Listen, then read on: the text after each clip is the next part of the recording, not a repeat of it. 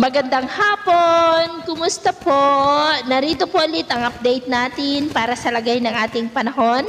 Ngayong hapon po ng December 23, 2023 na kung saan sa ngayon ay nananatili pa rin na walang anumang sama ng panahon sa loob at labas ng ating area of responsibility. Pero mayroon pong amihan na nakakaapekto pa rin dito sa may Luzon at easterlies naman ang hangin na umiihip dyan sa may Visayas at Mindanao at may manipis po na shear line dyan po sa northeastern part ng Bicol region.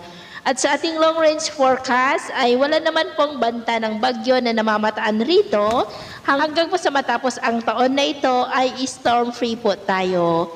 At sa lagay ng ating panahon, ngayong hapon ay maayos pa rin ang panahon sa malaking bahagi ng ating bansa.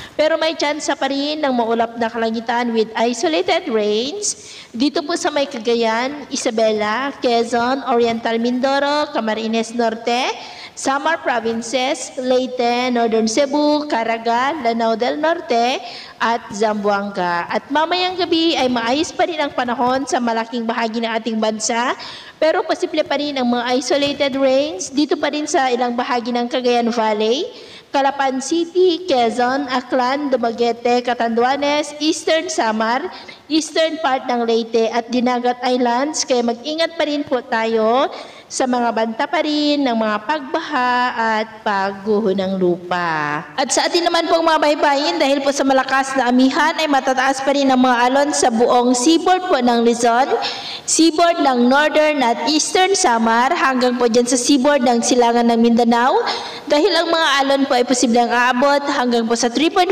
to 5 meters height. Kaiwasan po muna natin ang papalaot dyan po sa mga may kulay pula para mas makaiwas sa mga sakunang pangkaragatan.